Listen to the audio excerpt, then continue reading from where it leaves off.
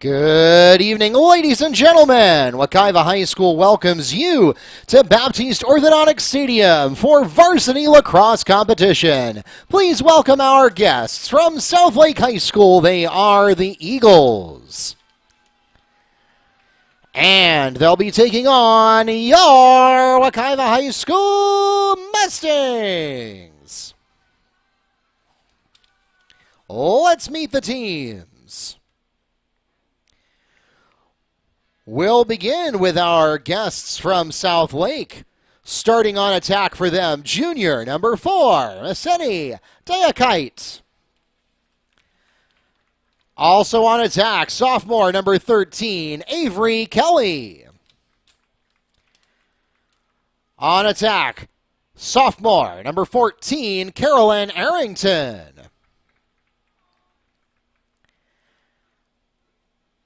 At center midfield, senior number 10, Chloe Harrison.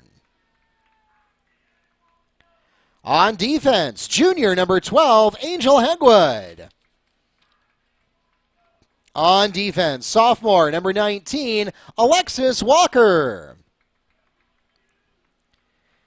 On defense, sophomore number 21, Jennifer Bizaran. On attack, junior number 5, Emma Jeffries. On defense, freshman number 27, Julieta Perez Jimenez. And sharing defense and goalkeeping duties tonight, senior number 6, Reese Englett. As well as junior number 28, Emma Schroer. At left wing and midfield, senior number 1, Lily Rook.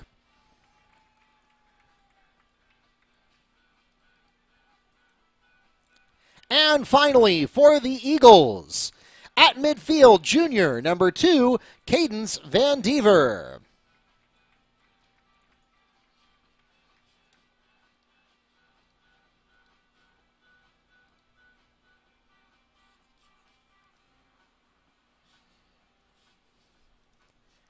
The head coach of the Lady Eagles, Brandon Messenger, and assistant coaches Kim Pulowski.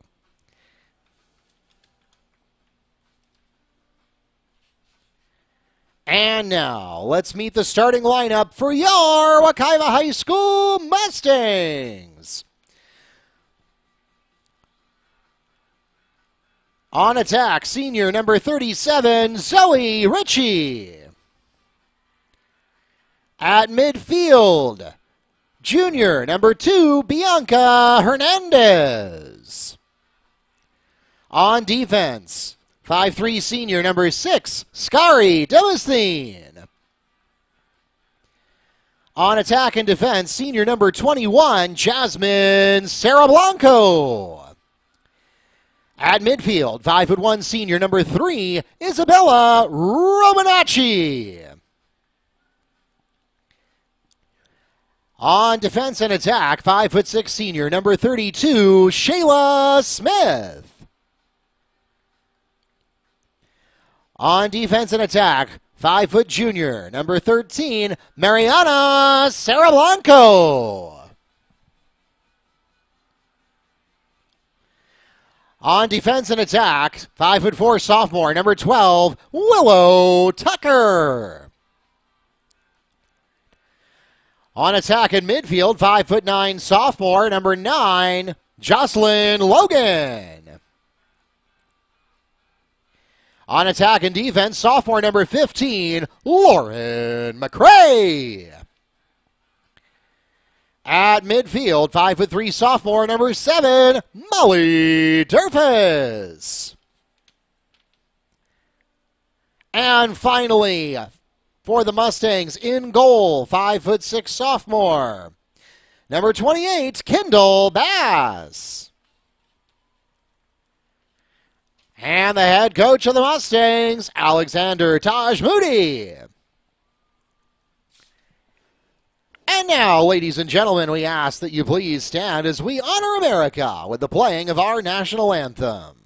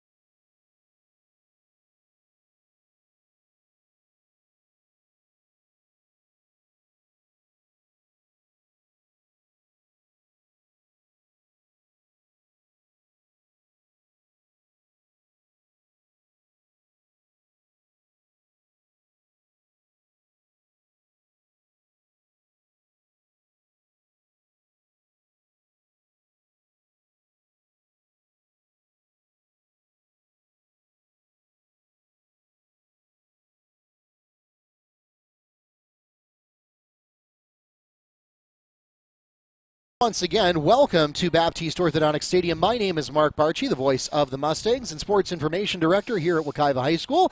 I am joined tonight by Keith Dickerson, the Broadcast Production Program Director here at Wekiva High School, and we will be taking you through tonight's girls lacrosse contest.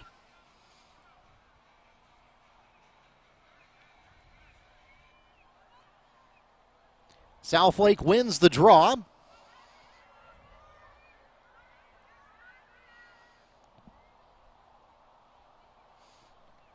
Looking for an option.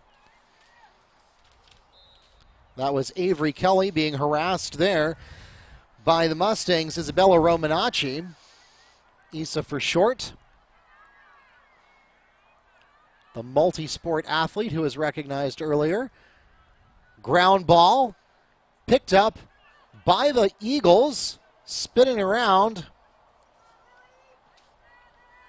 Off to Roque.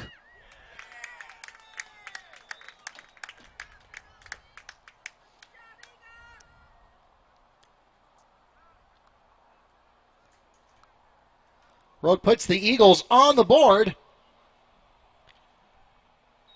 Southlake leads 1-0 with 24 minutes, 4 seconds remaining in the first half.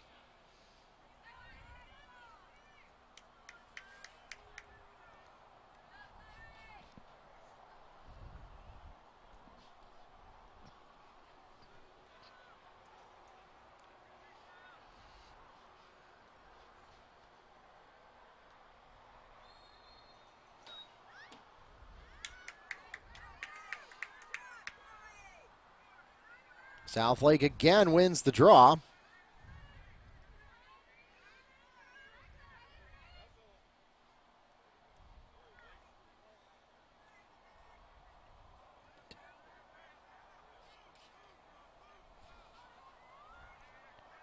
Yeah, I don't know if you can tell, Mark. I've never filmed a lacrosse game, so the ball's a lot smaller than I expected. Yeah, and I had the assist correct. That was Lily Roque. I went back and watched the replay. Chloe Harrison had the goal on the pass from Roque.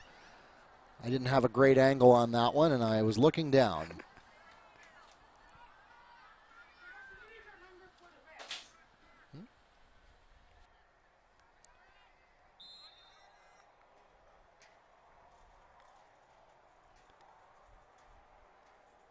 And looks like the ref's going to reset him there.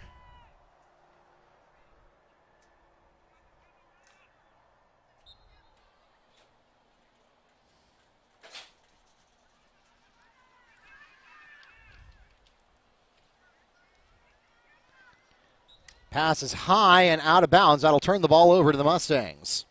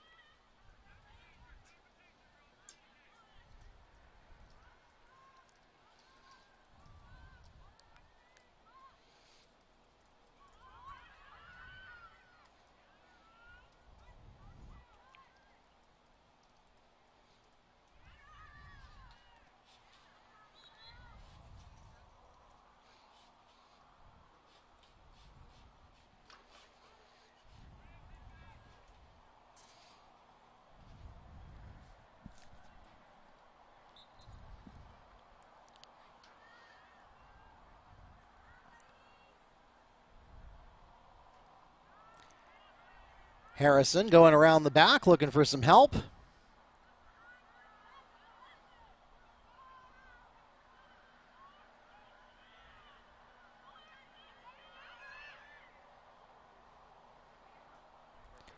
And a ground ball opportunity if the Mustangs can chase it down, and they do.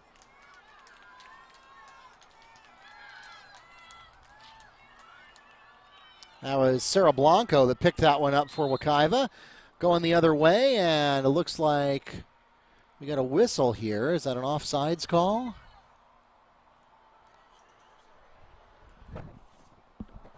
No, that is going to be a violation on the Eagles as the Mustangs keep control here.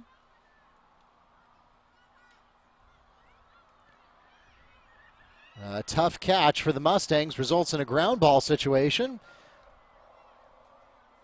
Still up in the air, or down on the ground as it were, and it's finally picked up for the Eagles by Alexis Walker.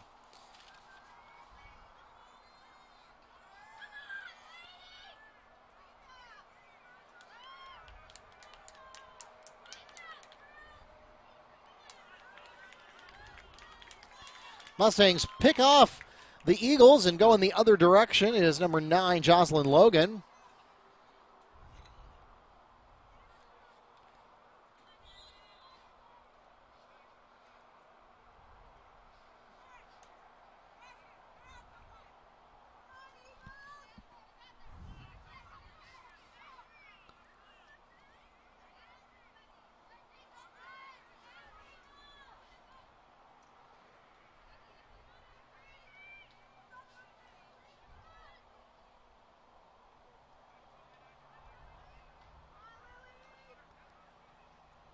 Oh, I might have lost who had the ball there. Sorry. There we go. Shot not there for number 1, Lily Roque.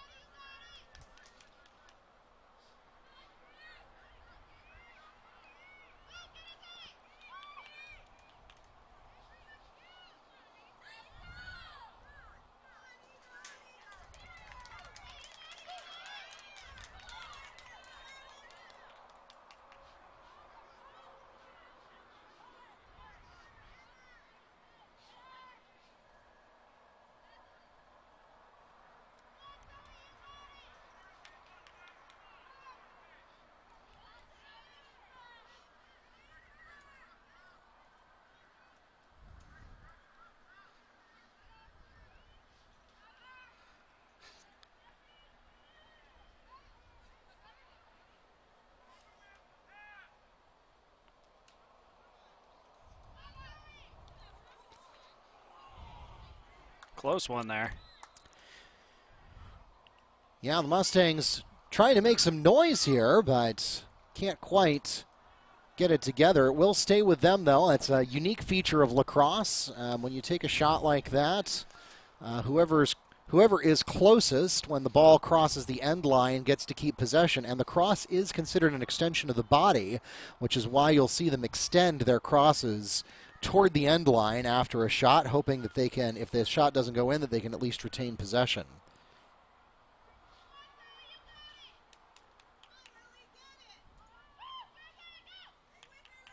This is definitely the most elegant game of hot potato I've seen, so I'm enjoying it so far. There we go.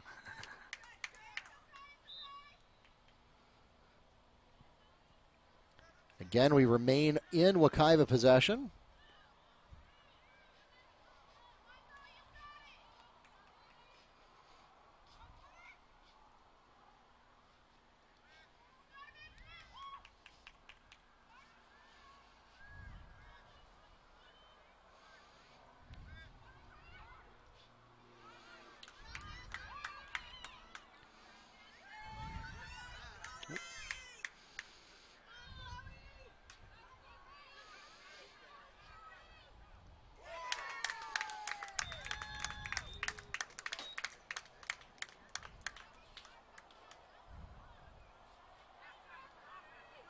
It's a nice shot in from about 10 yards away, too, there. Yeah, I'm going to have to pull that one up on replay to double check who it was.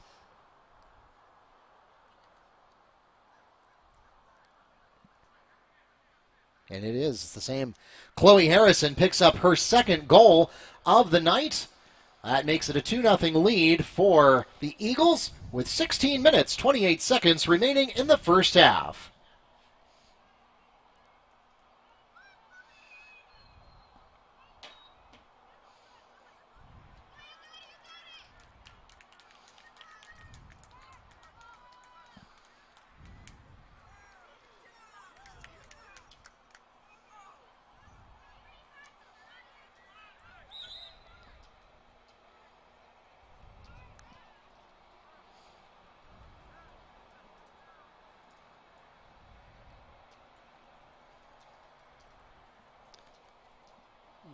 find out if this is Wekiva's or not. Looks like it's Wekiva's.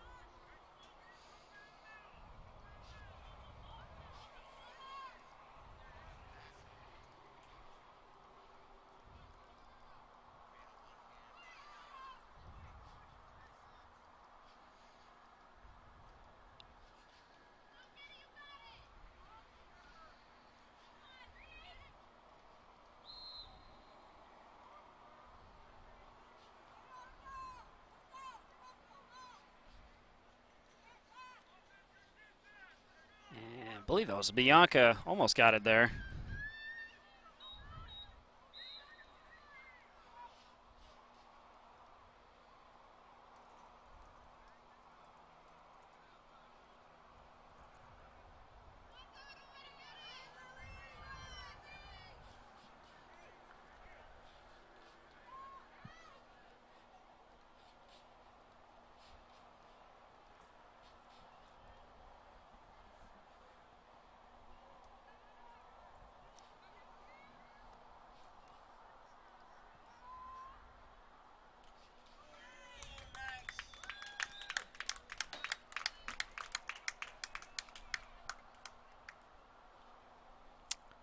Another goal picked up there.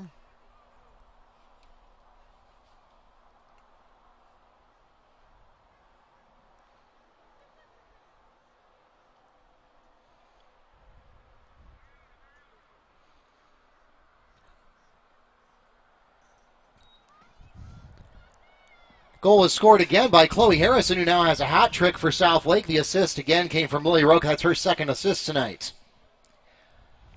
Eagles lead 3-0 with 14 minutes and change remaining in the first half.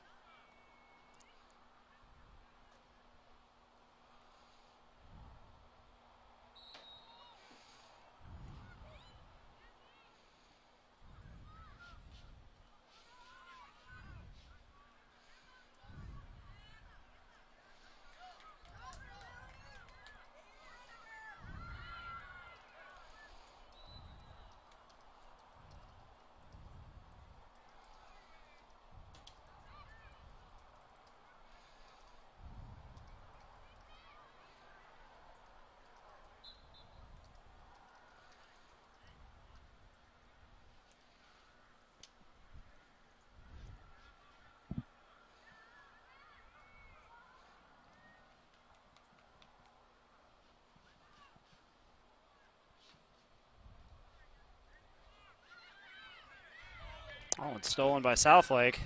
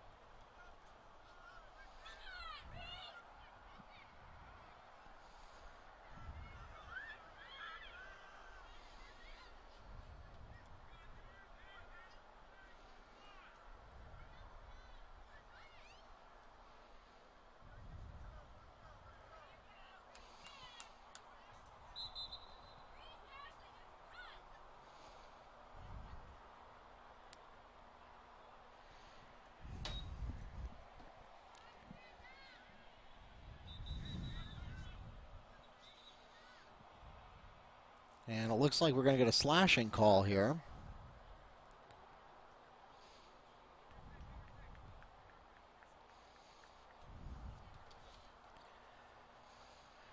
Yellow card issued for slashing, and that also takes us to approximately the midpoint of the first half. And so with just over 11 minutes on the clock, we'll pause for our first official timeout with the Eagles leading 3-0.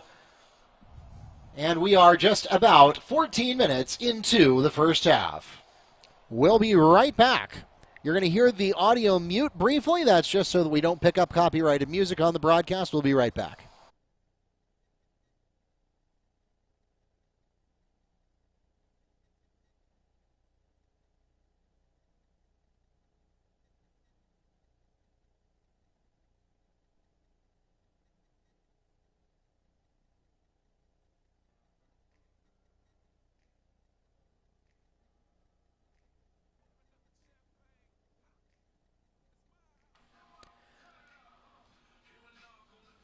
We want to thank Dr. Baptiste and his team at Baptiste Orthodontics for their proud support of Orange County Public Schools and in particular of Wekiva High School. We also want to congratulate them on opening up their new dental practice at their Apopka location. They now have 3 convenient locations throughout Orange County to serve you. Their newest location is in the heart of downtown Apopka, just across the street from Kitland Nelson Park. And as of late last year, they now offer dental services for pediatric dentistry as well. So you can have your child's dental and orthodontic needs serviced all in the same place with perfect coordination of care. And they serve young children all the way up through their late teens. Check them out at BaptisteOrthodontics.com.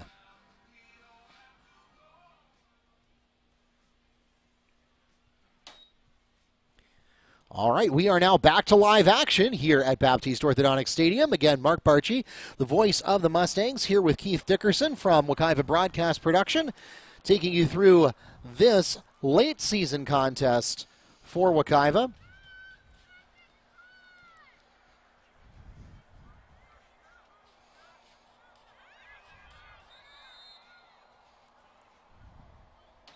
And we're getting another stoppage signal.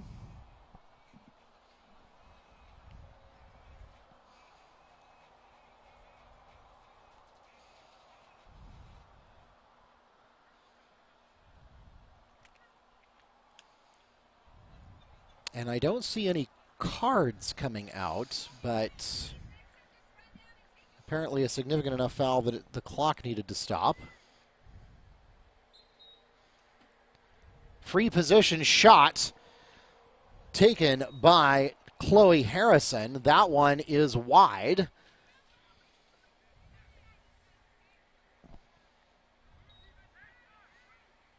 Just the second miss tonight for the Eagles. And now the Mustangs pick it up behind the net, and they're going the other way.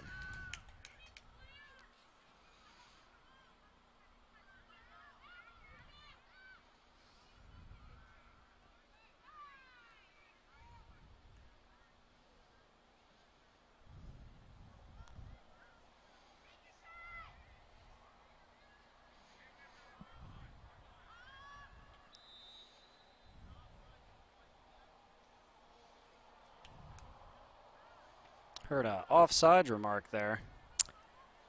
That may be the case.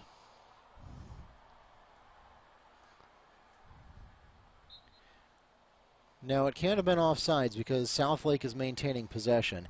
It's difficult to see sometimes from the press box because the officials are predominantly concerned with communicating with the players. And here we're going to get a shot and a score. Eagles goal scored by number 13, Avery Kelly. That gives Southlake a 4-0 lead over the Mustangs with 9 minutes, 17 seconds remaining in the first half. Well, Chloe has some company now on the scoreboard for Southlake.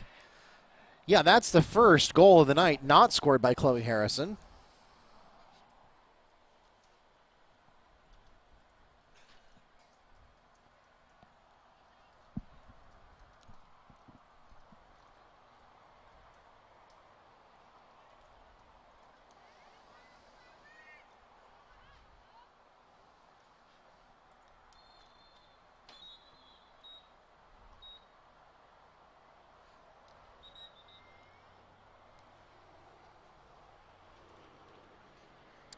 And it looks like we got a bad draw there.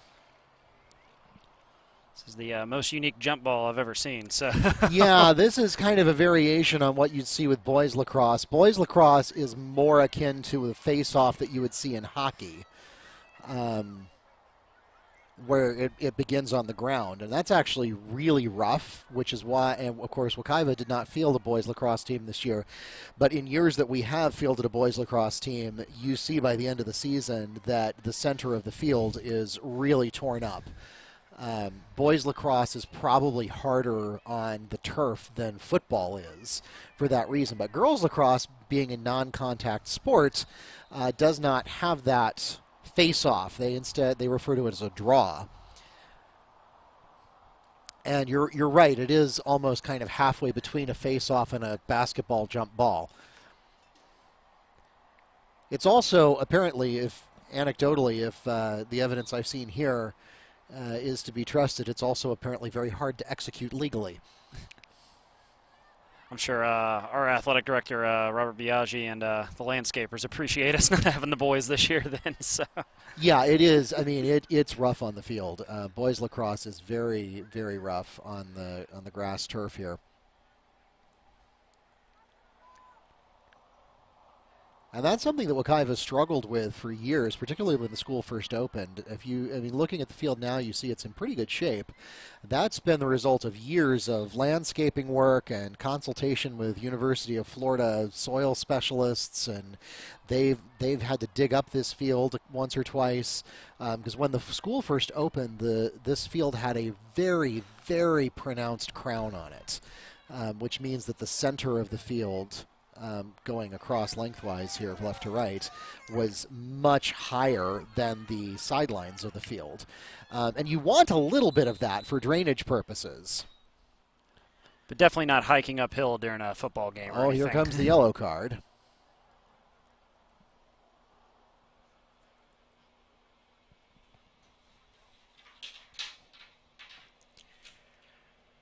Yellow card is issued to Zoe Ritchie. That'll be a one-man advantage for the Eagles.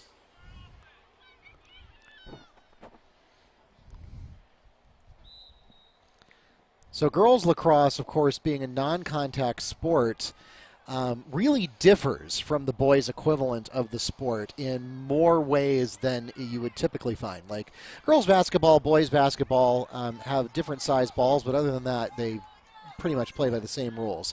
Girls soccer, boys soccer, indistinguishable from each other. They play by exactly the same rule set. Most sports are like that. As we get a crossing through the sphere call. Softball and baseball obviously are a little bit more different, but they still more or less resemble the same game. The physics are different, the dimensions are different, the aerodynamics of the ball are a little different, but they are still easily recognizable as the same game. Girls lacrosse, really almost an entirely different sport than boys lacrosse. I mean, other than the fact that you're using a net on the end of a stick to try to propel a ball into a goal, that's really where the similarities end. They prefer elegance over bronze, I suppose. Yes. That's Jocelyn Logan taking the shot there for the Mustangs. Had a good look at it, but a nice save there by the Eagles' Emma Schroer.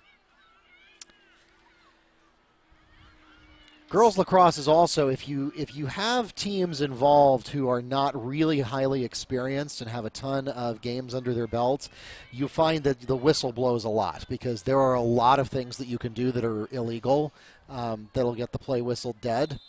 There you see a delayed flag.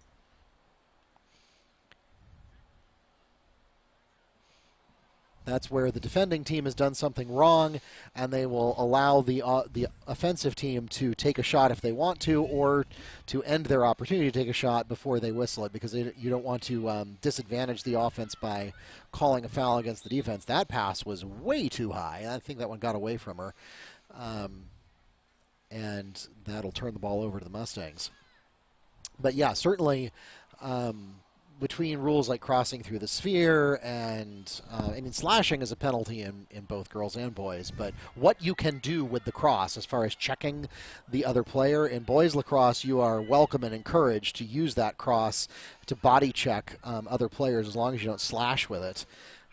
In girls lacrosse, you may not deliberately make contact with the body. There's a shot by our most common shooter, and that's Chloe Harrison. That one, though, was on the ground and wide. Here we're getting another signal to stop the clock.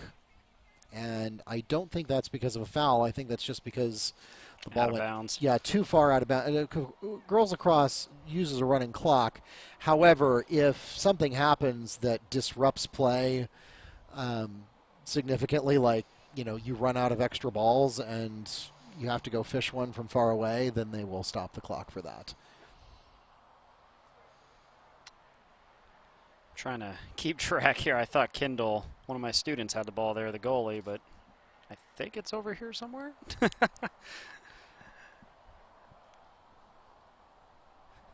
Yeah, sometimes from this vantage point in the press box, you have to infer, which is impossible when the players aren't moving, when the ball's dead. But you have to infer based on who's chasing whom. Oh, that's where the ball must be. I need the video game icon under their feet or something to help. So. Checking into the game for the Mustangs, number 24, Maybelline Coronado Lopez.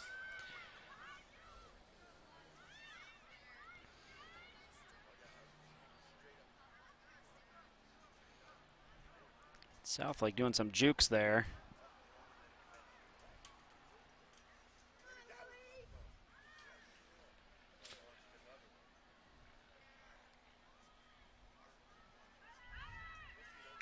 Oh, and Bianca slaps it out of her, it looks like.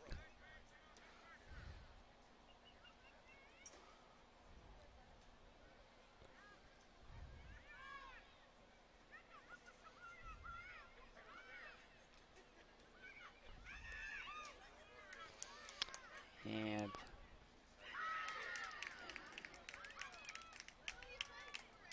there's your early contender for MVP. I believe it was Chloe again.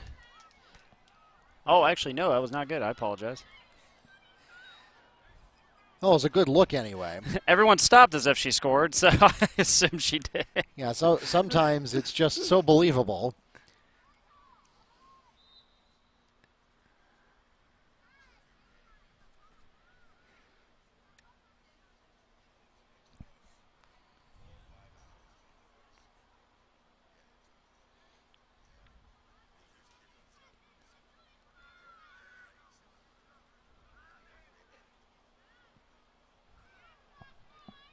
Looks like we'll still 3-0. Oh, I'm sorry, 4-0 under 3 minutes left. Yeah, and once we get to 2 minutes left, then we will go to stop time.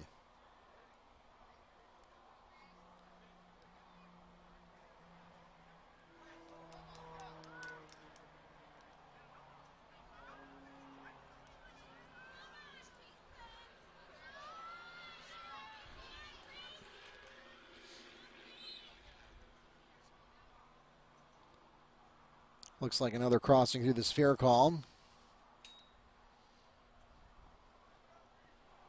As I pick up my signaling device, I feel like I'm on Wheel of Fortune to get ready to actually start running the scoreboard. Shot by the Mustangs is turned away. I believe that was Jocelyn Logan that took it. And Schroer was there to make the stop.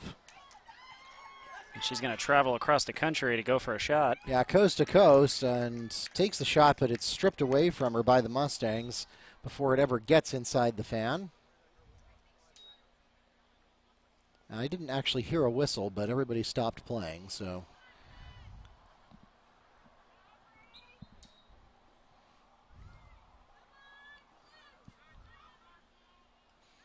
Yeah, definitely got a higher respect for you and Neil when you guys broadcast. I'm patting my head and rubbing my tummy right now. So.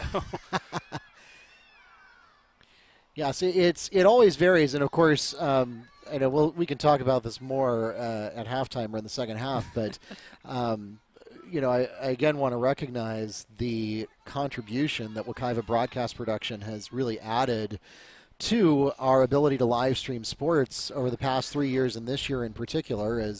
We got another whistle there that I didn't hear. Looks like that's going to be a covering cross penalty. But one of the things that we wanted to do this year and really couldn't was expand the number of students who are participating. But with so many students on remote learning and going back and forth between remote learning and classroom learning and trying to limit the number of people that we have, particularly in enclosed spaces like the press box, we just weren't able to involve as many students as we would have liked to this year. That being said, we were able to get several students involved, and in some cases we've had as many as 2 or 3 camera operators, and we can spread them out. And so on some days, everybody is doing just one job. We've got 3 people running 1 camera each, 1 person directing the broadcast, and then Neil and I can focus on announcing. And then other times we have a one-man band. Hey. The Mustangs are on the board, courtesy of a goal from number 7, Molly Durfus. That cuts the Eagle lead to 4-1 with 48 seconds remaining in the first half.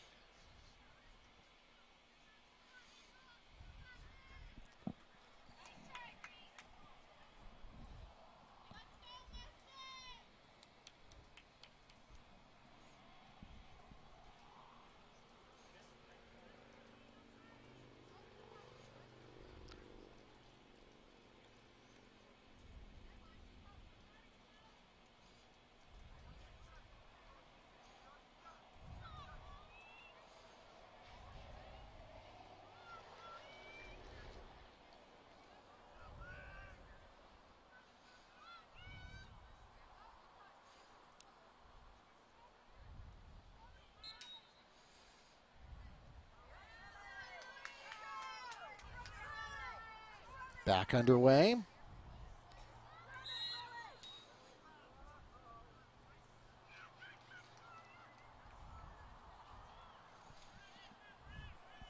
could tell, much like basketball, the last 2 minutes is where a majority of the game's going to be. Yeah, well, and part of that is because the clock does stop on dead balls in the last 2 minutes of the half, unless there's a 10-goal lead or greater. And then, yeah, part of that is for the same reason that the last 2 minutes of any sport, any period, are the longest, just because that's where teams really start to fight like every second matters. The goalie's going to recover that. Yeah, this should take us to halftime. I'd be surprised if the Eagles can run the field in 8 seconds. Oh, she's going to try. Oh, nope, juke. That takes us to halftime.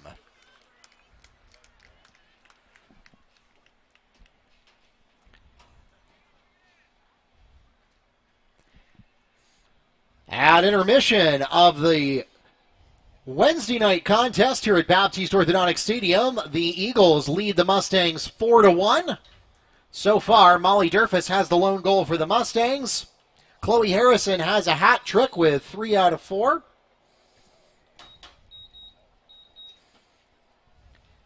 And Avery Kelly has the remaining goal for South Lake. Again, we want to welcome those of you who are here live at Baptiste Orthodontic Stadium and remind you that we are broadcasting this afternoon's game live on YouTube and the NFHS network. So if you have friends and family who would like to join us remotely from wherever in the world they are, whether that is here in Apopka, out in Groveland, or anywhere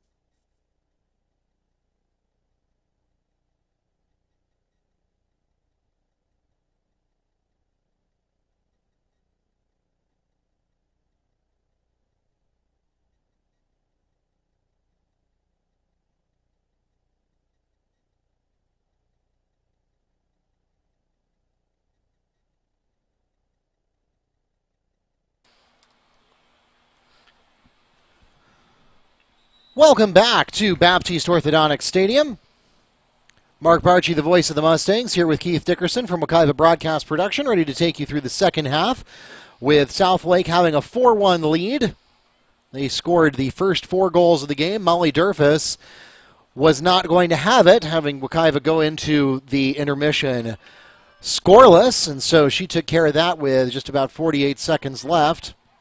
Southlake wins the draw here. Recap for those of you just joining us. I just mentioned Molly Durfus has the lone Wekiva goal, which was the last goal to be scored. First 3 goals were scored by Chloe Harrison, and here's a shot that there's no whistle. No celebration either. Good look. That was by Lily Roque, who has 2 assists for the first half. And she tried to get a goal of her own there. I think that might have been an obstruction call. Oh, well, I see the official putting the flag in his pocket. So it's going to be a free position for Southlake.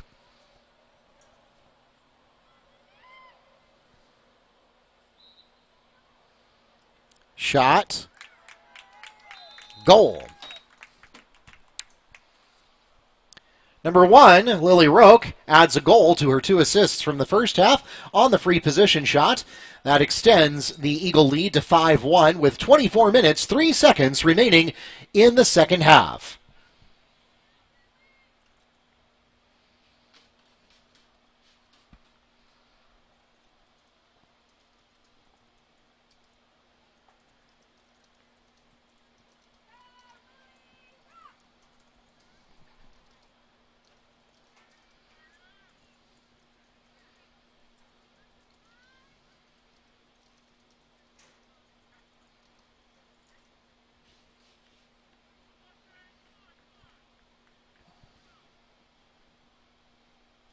It was a little reassuring to see getting a little normal. We had some people travel from Southlake to come out today. Yeah, we've got some navy blue and silver represented here at Baptiste Orthodontic Stadium, and it's really not such a bad trip. I went out to Southlake for the football game that we played away there. We actually broadcast that game. Southlake was not offering a live stream, and we were committed that we were going to make sure that all however many, I think we played 8 regular season games this year, but we were bound to determine that all 8 regular season games were going to get live streamed, even if we had to drive out to Claremont to do it. And that was one of those one-man band operations. Well, really a 2-man band, because Neil was out there announcing that one with me. But I brought my laptop and a stand that I got off of Amazon for my iPad and my laptop, and tethered my cell phone data plan into the laptop and hooked up a camera and a tripod, and we had this little portable broadcast production studio that we rigged on top of their press box up on the roof, and we live streamed it. That was, I think, the first game that we had done that way. Was that a playoff game? Or no, that was regular season.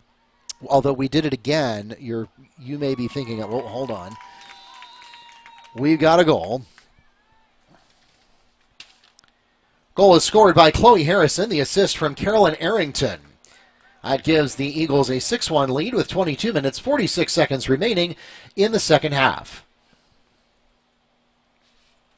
Well, give me just a moment to tweet that.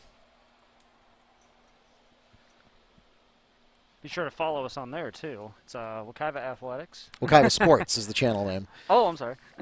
Oh, no, I mean on your Twitter account. Let's see.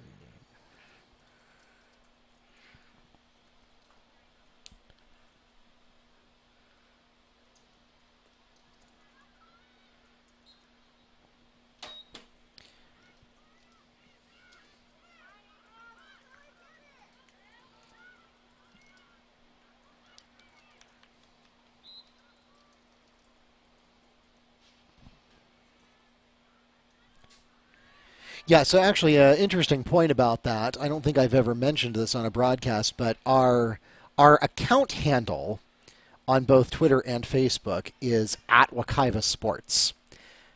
The account name where I would, for example, put, Mark Barchi, or you would put Keith Dickerson, like the name of the account, not the handle, is Wekiva Athletics. And I do that on purpose so that regardless of which one you use to search, you'll find it. Clever there. But yes, it is. If you're trying to get directly there, it is at Wekiva Sports. And same thing on Facebook, facebook.com/Wekiva Sports, twitter.com/Wekiva Sports, if you want to go directly there without searching. I find that I get significantly better adult engagement on Facebook. I get significantly better student engagement on Twitter, and I really need to set up Instagram. I have not set up Instagram so far, as we get another shot there from Chloe Harrison. The reason I have not set up Instagram yet is because I personally don't get a lot of photography done because I'm so busy broadcasting that I don't get a lot of still images. And so the last thing I want to do is set up a social media feed and then let it go dormant and not use it. That one's going to stick. I think that was Harrison again, if I'm not mistaken. Chloe Harrison sneaks a low goal in to add to the Eagle lead. 7-1 the score with 21 minutes, 19 seconds remaining. She's got a group of groupies and fans She right here, she was behind traffic there, so I'm going to go watch the replay here.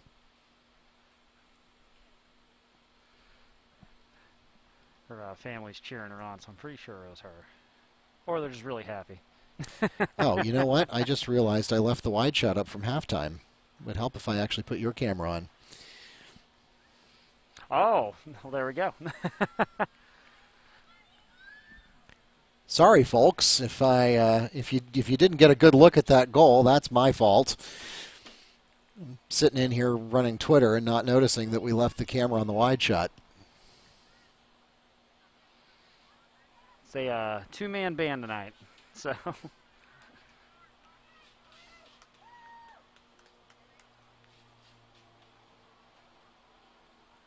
Feel free to yell at me in the live chat if I do that again.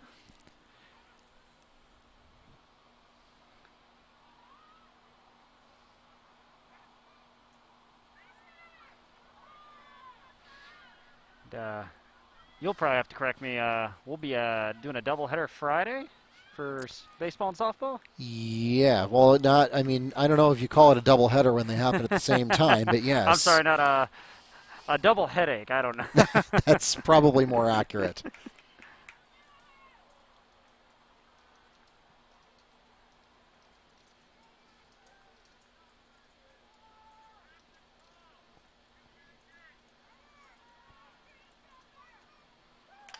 And another one popped in there. Goal scored by number 3, Allison Hager, to give the Eagles an 8-1 lead with 20 minutes, 11 seconds remaining in the second half.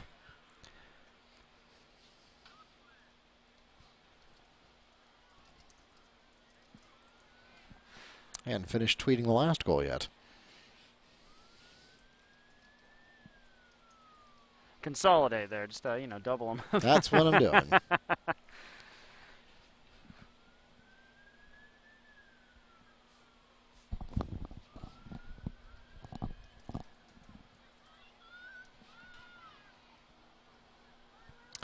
And this is the unfortunate part of the night where we have to start talking about the mercy rule, which doesn't really change a whole lot in girls lacrosse because girls lacrosse is a running clock for most of the game anyway. The clock only stops for goals, yellow cards, injuries, and other extended disruptions of play, except during the last 2 minutes when it stops on every whistle. There's also one official timeout that is granted at the dead ball nearest the midpoint of each half. So the clock doesn't do a whole lot of stopping anyway in a girls lacrosse game. So engaging the mercy rule doesn't really change the momentum of the game in a really substantive way like it does in basketball or football. But nevertheless, the rule is there, and that is that if the scoring differential is 10 goals or more at any point in the second half, then the clock does not stop, not even for goals, not even for yellow cards. It looks like we're going to be closer to that. Chloe Harrison, once again, that's goal number 5 for her tonight, and it gives the Eagles a 9-1 lead with 19 minutes, 14 seconds remaining in the game.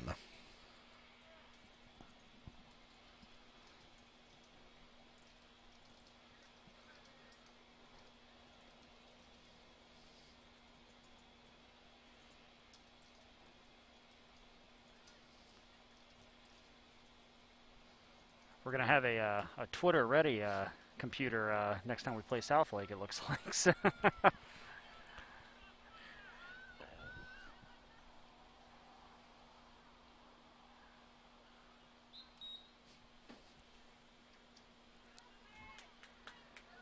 yeah, at this point, I think I'm just going to put Chloe Harrison's name on the clipboard and just hit paste every time she scores.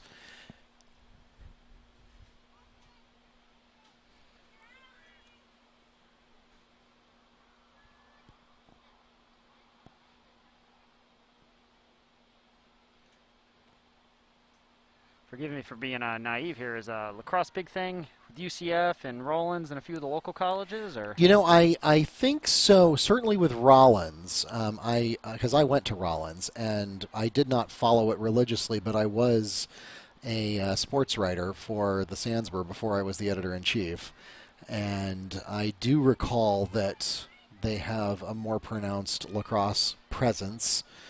Of course, Lake Brantley has a well-known program, both rec league and at the high school level. Nice shot, but an even better save. Good job there, Kendall.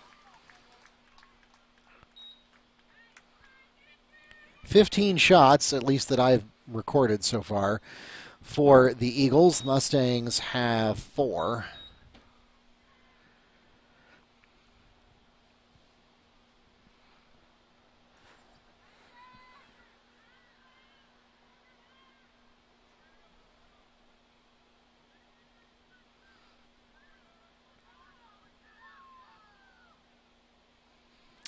And that's something that you see. It varies by sport. Obviously, any sport can have a youth league or a rec league or club play, as they sometimes call it, that goes with it, particularly those sports where you can get a college scholarship. And it varies by sport how much focus is placed on interscholastic play versus how much focus is placed on club play. Like, for example, soccer, there are athletes who don't even bother, especially if the high school that they happen to attend doesn't have a really strong soccer program. They won't even try out. They have no interest in playing interscholastically because they play exclusively club ball, because that's where all of the action is if you want to get a college scholarship. That's not necessarily true everywhere. And certainly there are high schools in Florida that play soccer at a very high level, and that attract attention from college coaches and scouts. But in a lot of areas of the state, that's really not the case, and so all the focus goes to club ball. Basketball tends to be, I don't know, I mean, I don't know enough to say for sure, but it's more of a 50-50 split, that interscholastic play and club play are both very influential and very valuable for your top shelf athletes that are really looking to get an offer to play at the next level. We're going to crossing through the sphere call. I know the G League, just referencing that, definitely changed in the last couple of years, especially with the COVID lockdown, getting a lot more attention and press. Kind of give it a little higher sense of importance and everything.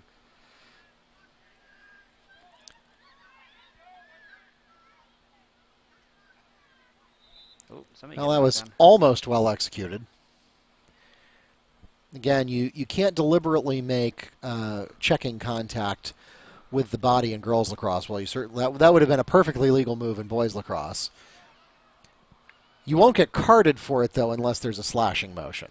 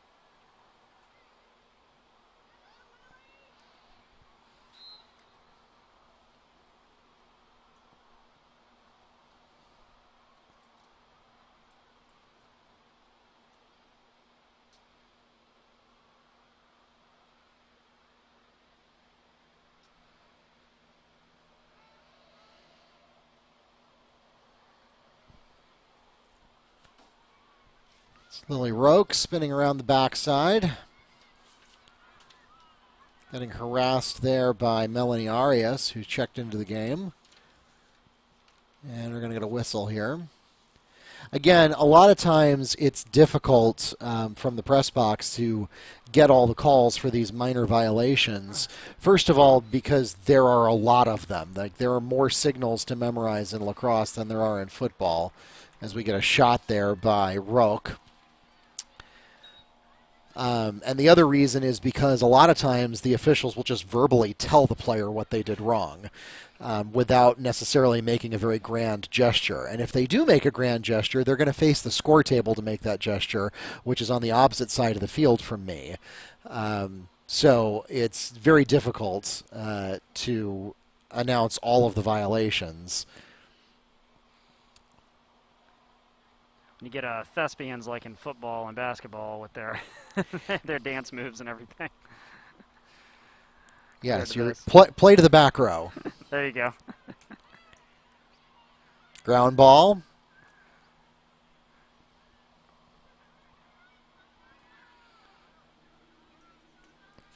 And it's picked up by the Eagles. I think that was Clayton that got a hold of that one. Ground ball again. This time snagged by Arrington. She has a goal on the night so far. Or no, excuse me, she has an assist. At this point, the Eagles seem satisfied to slow the pace of the game down a little bit and essentially play keep away. They are definitely playing like a team that has the clock on their side. They're going to make Wekiva come to them.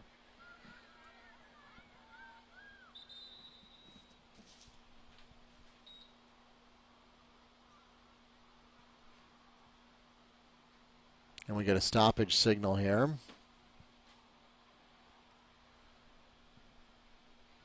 Molly Durf has started to run toward the bench and then didn't. There we go. Well, that takes us to the midpoint of the second half, and so we'll pause for an official timeout. 9-1 the score with 12 minutes, 2 seconds remaining in the ballgame.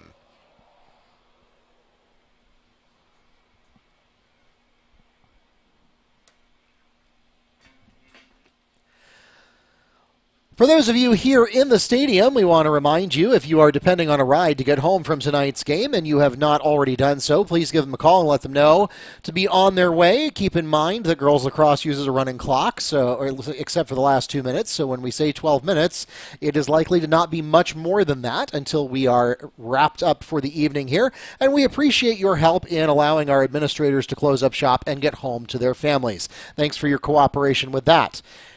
For those of you who are following the Mustangs, your next chance to catch them is going to be on the road. This is the final home game of the year, but the Mustangs do have one more away game on their schedule. That will be at Olympia at 6 p.m. coming up on Monday, March 29th, and that will wrap up the regular season for Wekiva. As for South Lake, their schedule is also hitting the home stretch here, but they have actually a few more games left on their schedule. Your next chance to catch them is going to be at East Ridge on Friday. Then they will host the Freedom Patriots on Tuesday, March 30th.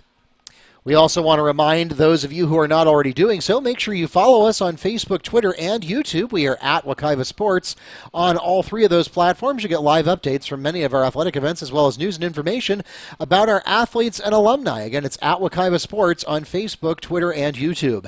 And finally, when we invite you to bookmark WekivaMustangs.com for all of your scores, schedules, and more, we will post there if we have any schedule changes, which is particularly important this year. Of course, we've had very volatile schedules for all of our sports, both due to weather and due to the pandemic. So if you want to make sure that you are always in the know about what games have been added or changed or deleted, make sure that you subscribe to alerts at WekivaMustangs.com. Just click the register button in the upper right-hand corner of any page.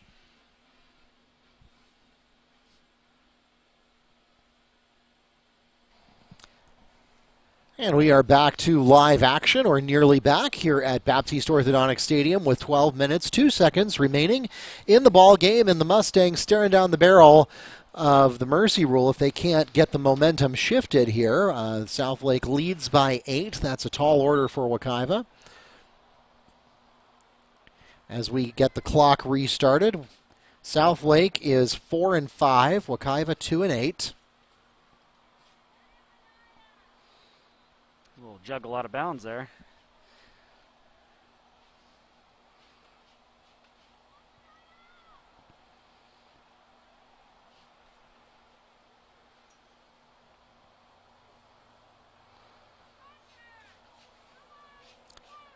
Wekiva actually just picked up their second win a couple of days ago. That was Monday night. They hosted Ocoee and picked up the W there. That was one of the games that we were not able to cover with our full broadcast production setup, unfortunately, because we had baseball going on at the same time. But that's where we've been able to take advantage. I call it the Robo Camera. The actual name of it is the Pixelot, which is a new technology that we got at Wekiva this year. Actually, NFHS Network partnered with Pixelot to offer two free ones of these things, because I think they normally run about $1,500 each. And so they were willing to install these Pixelot cameras in light of the pandemic and the fact that so many schools that didn't have the infrastructure that we have at Wekiva to be doing a lot of live streaming. The Pixelot is kind of a set it and forget it system. It's very easy to use. You just program your schedule into their website, and the camera automatically comes on and starts broadcasting, and it uses artificial intelligence to follow the ball. Now, I'll be completely honest in my review of it here. It is way better than nothing, but it is not as good as Mr. Dickerson or any of his students. So wherever we can do a human-operated live stream and get you the scoreboard integration that goes at the bottom of the screen and live announcing so you can listen to my soothing baritone, we would prefer to continue doing the broadcast the way that we have always done them, with the full kit and caboodle. Not to mention, when we do the live human-operated broadcast, we're able to simulcast to both YouTube and the NFHS network. And to be completely honest, we don't make nearly as much money off of YouTube as we do off of NFHS. The ad revenue that we get off of YouTube is less than half of the royalties we get from NFHS Network. As we get a goal scored by number 10, Chloe Harrison. That makes it a 10-1 game with 9 minutes, 32 seconds remaining in the game. Yeah, I have a lot of colleagues at 20-something schools here in the district, of course, for video production in high school level, and not everybody's fortunate enough to, I guess, have the experience and, I guess, have a Barchi laying around to kind of lead the way and everything. So I know the Pixelot saved a lot of people in some situations, kept parents happy, and then obviously we've had, like, what, people in Jamaica and Spain watching their kids play and stuff? Yeah, and I mean, it's unfortunately NFHS Network does not give me the robust analytics that YouTube does. But yeah, I've looked at the YouTube analytics, and I see, in some cases it's somebody's grandparents or something like that that live in other parts of the country or even other parts of the world. I know we had a player on the basketball team a couple years ago whose father was in Spain, and so he'd be watching really late at night. Goal scored by number 1, Lily Roque, to make it a 10-goal lead for the Eagles. 11-1 the score with 9 minutes, 10 seconds remaining in the game.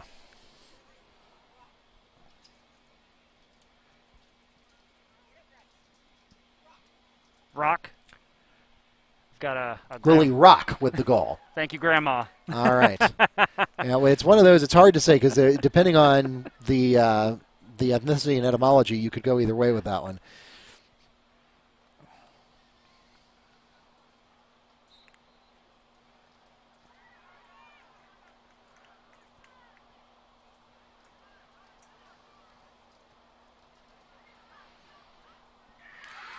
Oh, well, look at that. Kaiva's number 10 there. Thank you for that, because I was looking down to tweet the last goal. I saw your eyes down. I was like, let me help. Number 10. All right, so that's Grace Profit with the Mustangs goal. That puts Wekiva up to a 2-11 game with 8 minutes, 18 seconds remaining. That also stops the running clock. That's another unique thing about girls lacrosse. It's the only mercy rule I'm aware of that can be reversed.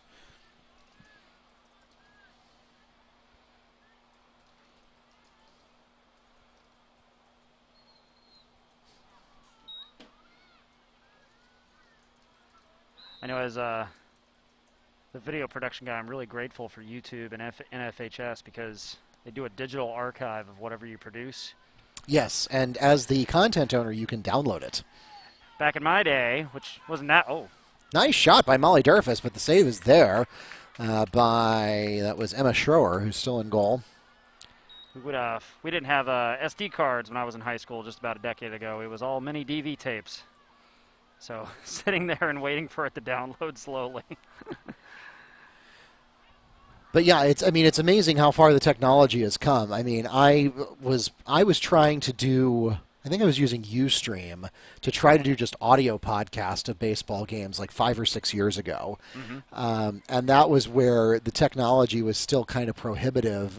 We didn't have Wi-Fi out in the outdoor athletic complexes at that point, and cell phone data plans were still pretty stingy about letting you use the amount of data that you would have to use in order, because it takes about, to do a 2-hour high definition live stream, and the only reason I know this is because I've done it a couple of times, it uses 2 to 4 gigabytes of data if you stream at high quality, and that's even to just one destination. And so it just wasn't realistic for us to be able to do that. If you don't have Wi-Fi in your outdoor venues and you don't have a really generous data plan for cellular, as we get a crossing through the sphere call, then it's just not doable. And so I was out here trying to do like audio podcasts, and I'm not sure if anyone listened to them. It might have just been for me.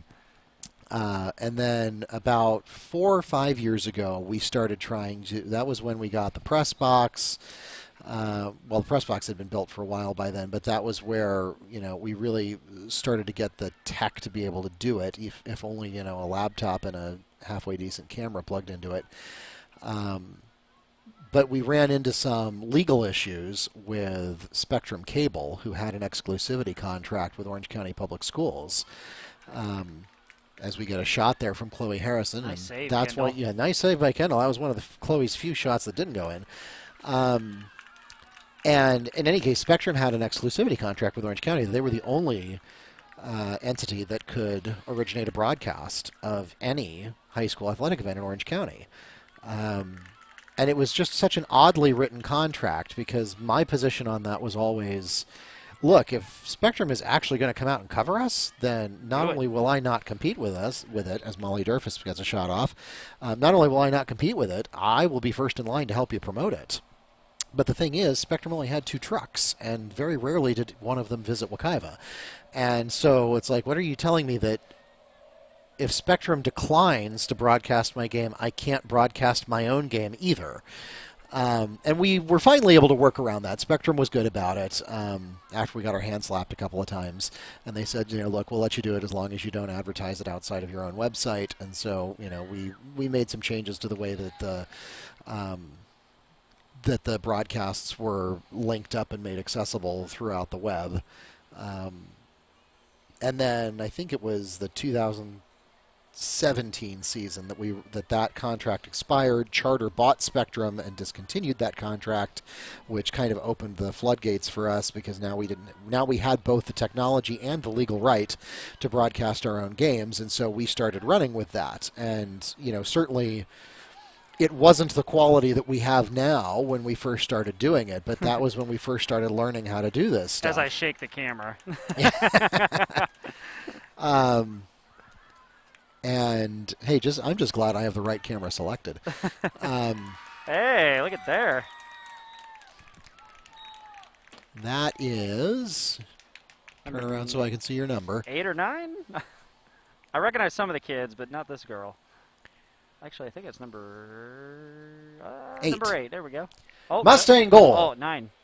Scored by number 9, Jocelyn Logan. That cuts the lead to 11-3 with 4 minutes, 7 seconds remaining in the game. Thanks for that fine spotting work there. The gold's a little, it's not as contrasty as it should be. Yeah, I've always believed that uniforms should be first and foremost readable. I don't care how cool looking they are. I just want to be able to see the numbers from 50 yards away without binoculars.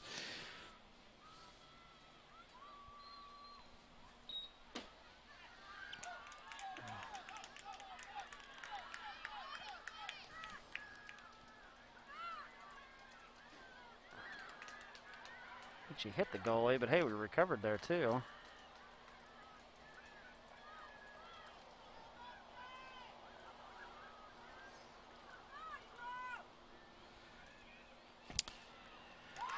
Hey, look at there. Oh, see, I was looking down and tweeting the last goal. I think it was my student Bianca, number 2. Well, that's plausible. Everybody's cheering like it was her. Bianca Hernandez adds the goal for the Mustangs to cut the Eagle lead to 11-4 with 3 minutes, 40 seconds remaining in the game.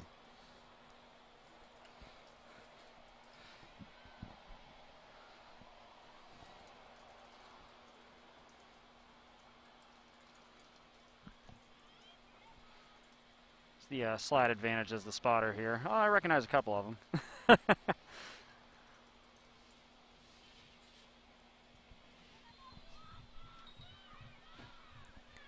So at this point, still trailing by 7 with 3.5 minutes to go. This may be too little too late for the Mustangs, but certainly it's a good momentum builder and a good moral victory for Wekiva to be going into their last game of the season with at least some positive performance adjustments made in the final minutes of this game.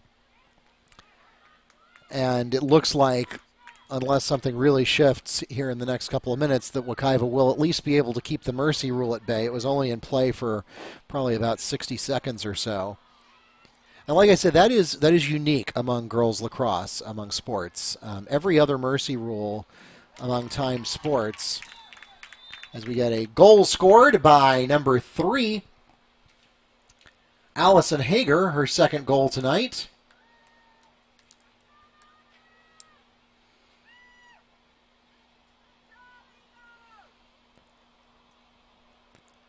The assist by number 14, Carolyn Arrington.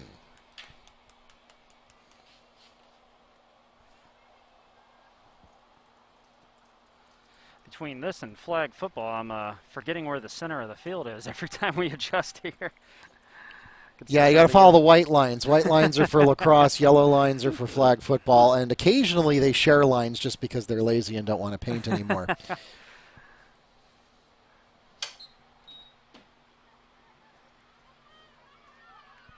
Did I put the goal up? Is it 11 or 12 now? It is 11-4, so I think it should be 12. Okay.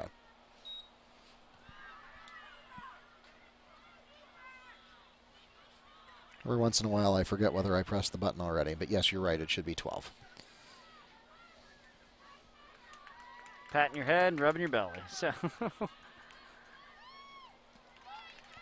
am not, actually went back that way.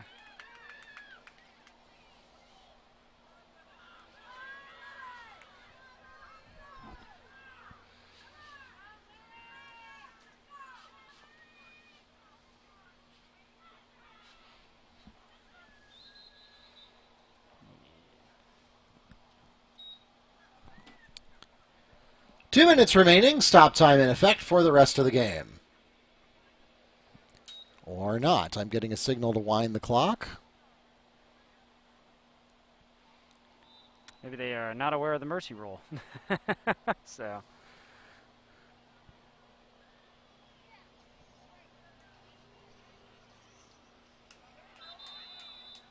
And kindled another block there.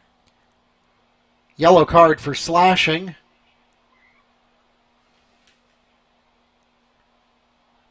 Issued against Hernandez.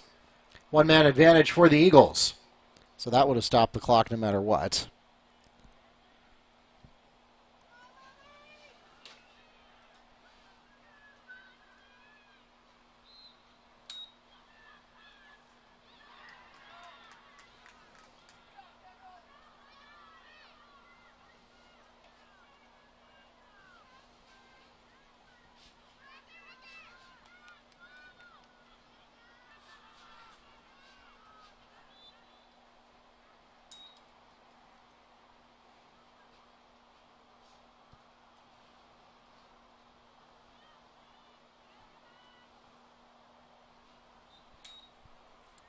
I think the official may have just been signaling me to wind the clock so that I would catch up with the official time on the field.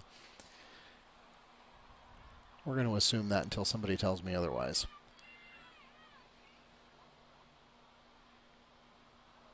Oh, swing and a miss. You probably will not get too much of a complaint from South Lake so the quicker they get out of Dodge.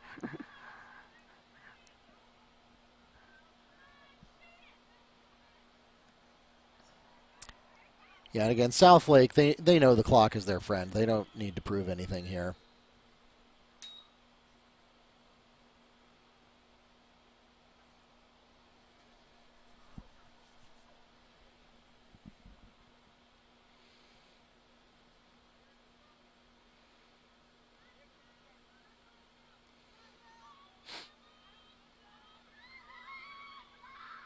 Free position here coming up for Lily Rock.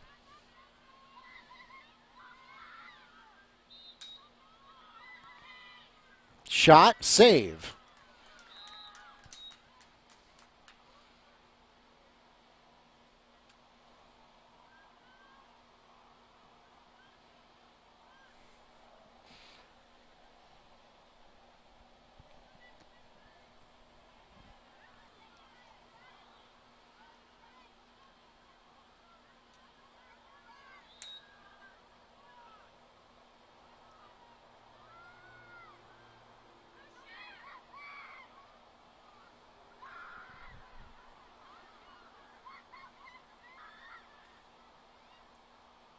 Nice pass. Man.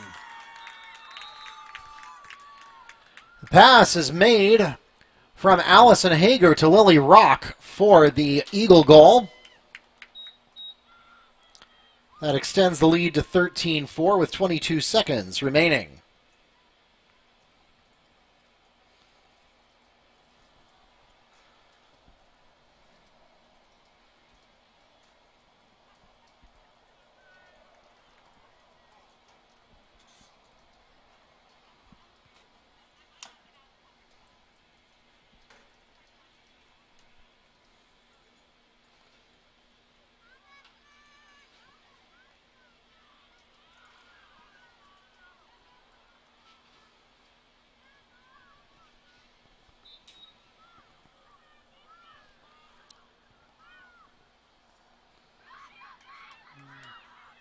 Rock wins the draw, sprints over, and we're going to get an offensive violation.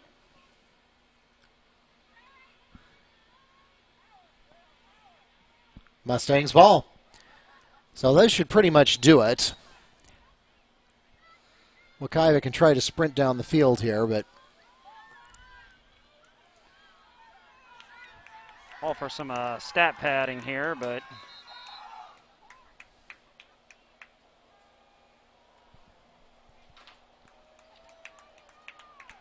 that takes us to the end of the ball game.